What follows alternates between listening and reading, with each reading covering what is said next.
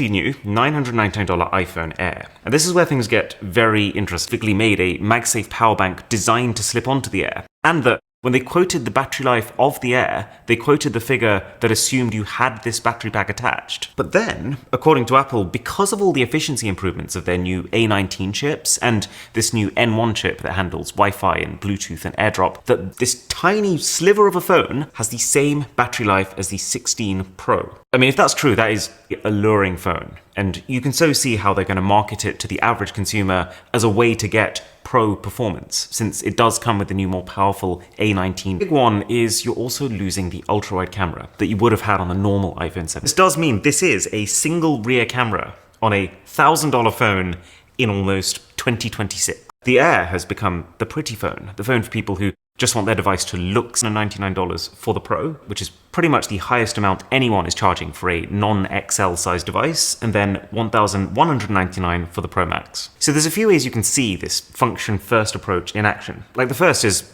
these are thicker. Both the 17 Pro and the 17 Pro Max, they're almost 8% thicker than their previous count. 33 hours of battery on the 17 Pro, which is a very healthy jump from the 27 on the 16 Pro, and then 39 on the Pro Max this time, all making the Air look even thinner when you hold them side by side. But there's more. You'll also notice these Pros look very different to last year's. Again, there is function. The iPhone 17 Pros are metal everywhere, except the specific zone where they have to be glass, or I guess ceramic shield this time around. This kind of window from here to here. So they've sacrificed on the minimalism of the design, but this metal should be, like, no exaggeration, 200 times better at getting heat from inside the phone to outside the phone, which is also paired with a vapor chamber for the first time ever on an iPhone, and a swap from titanium as the metal of choice to aluminium. Which, look, the choice to go with aluminium is fine. It's a very standard material that's still used in many flagship phones, and it might be an improvement. It's the only reason how they've been able to make the first actually interesting Pro iPhone color in far too long. This bronzy orange, which is definitely the one that I'm going to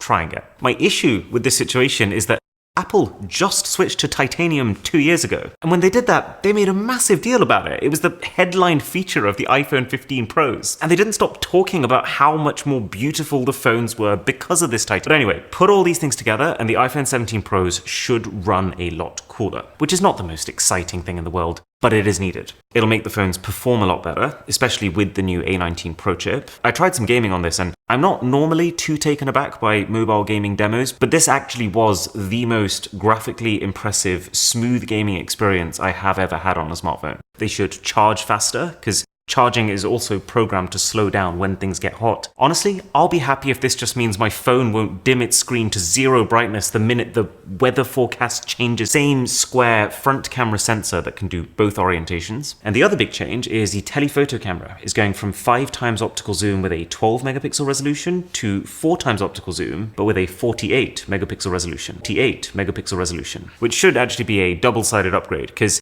it means that when you're zooming in, you don't have to wait all the way till 5 times before your telephoto camera kicks in. So the quality in the early part of your zoom is better.